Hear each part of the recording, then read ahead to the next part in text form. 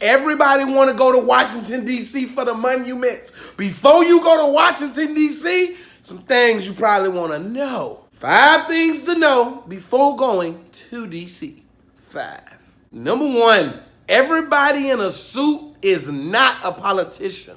I don't know why my immaturity allowed me to believe that everybody in a suit and tie, every woman in a business suit was a politician. No, I don't know what it is. I don't know if it's a dress code. I don't know if it's ambition, but people will wake up and do absolutely nothing in a 3-piece suit. I saw them at Starbucks. I saw them in gas stations. I saw them as cab drivers. I saw them as flight attendants. I saw them at Burger King working. You mean to tell me I gotta wear a suit and a tie to say, thank you, how are you doing? What would you like with your fries? Listen, where I'm from, you wear suits for 2 reasons. When you go to court and when you die. I ain't planning on dying soon, and I'm staying out in them people's courtroom. I'm sorry, Washington, but Josh Prey cannot get down like that. Damn. Number 2, the taxi driver can be your best friend or he can be your most annoying enemy. You get inside of a taxi car in Washington, D.C., you're going to run into 2 types of people. You're going to run into the person that's a super politician that wants you to run, that he just came to this country 25 years ago and he's still fighting, or you're going to get in the person that don't speak to you and he kind of feel like he's going to take you to the woods and choke you from the front and cut you from the back. I don't know how easy it is to be an Uber driver or a taxi cab driver in Washington, D.C., but I'm going to go on record publicly and say they are not screened enough, because my taxi driver made me feel like he was upset about a lot of things, and all of a sudden he went quiet and we, sir, I was just going 1 mile down the road. We like 9 miles into Baltimore. Something you want to tell me about you, sir? Number 3, I don't care what your nationality is, the African American History Museum in Washington, D.C. will make you cry.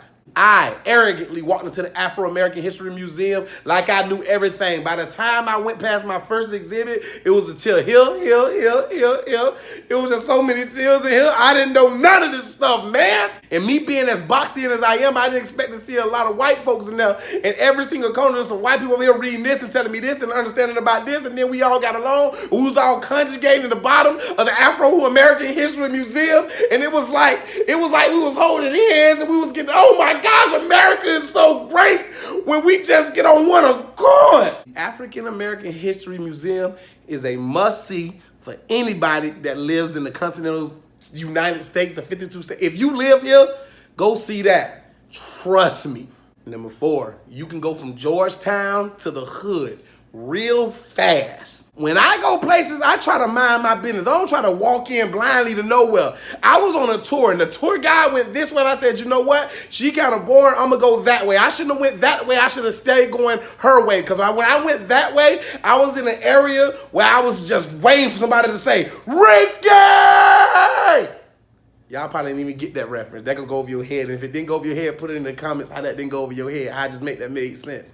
Damn. Washington, D.C. is not for the nosy. Washington, D.C. is not for the curious. Curiosity killed the cat. You take a wrong right and your curiosity ass ain't coming back. I promise. And number 5, I don't care how old you are. If you are in a committed relationship and you got any weak bone in your body, stay out of Washington, D.C. Fellas, every type of woman that you desire is in Washington, D.C. I seen big, I seen small, I seen short, I seen tall, I seen yoga pants, I seen yoga shorts, I seen long t-shirts, I seen maxi dresses, I seen women with umbrellas, I seen women that letting the rain fall on their skin, I seen friends of friends of friends that look like they should be kissed in their chin. Dog, Washington, D.C. has the baddest women on the face of this earth. I don't care where you say you visited. I'm saying anywhere on this planet. I done been to different countries. I done been to different states. I done met different races.